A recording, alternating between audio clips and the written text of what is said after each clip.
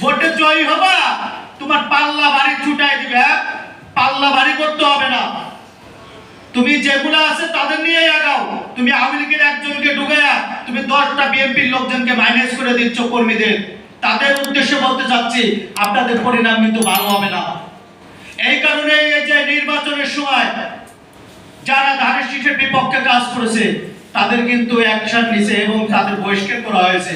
জনাব প্রধানমন্ত্রী জনাব তারেক রহমান সাহেব বলেছিলেন, ধানের পক্ষে কাজ করে আপনাদের জন্য ভালো কিছু আছে, আপনাদের কখনো বঞ্চিত করা হবে না।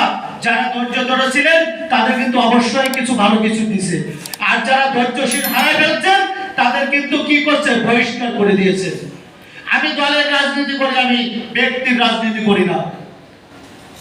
আমি যে কোনো সময় যে কোনো প্রস্তুত, দল যে ডিসিশন নেবে আমি সেই ডিসিশন মাথা পেতে নিতে প্রস্তুত।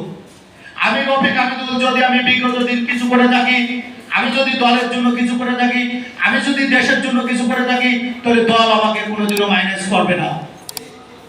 আর আপনি কিসের রাজনীতি করেন? রাজনীতি কি ব্যক্তির রাজনীতি? জনগণের রাজনীতি করতে হবে। জনগণ ভালোবাসলে আপনি রাজনীতির লিডার। আপনি নিজের লিডার বললে হবে, জনগণ থাকতে হবে আপনার সাথে, জনগণের সাথে থাকতে হবে, জনগণই আপনাকে চাবে, তাকেই বলে সে লিডার। তো যাই হোক, কথা বললে অনেক কিছু, আর আমি কথা বাড়াবো না।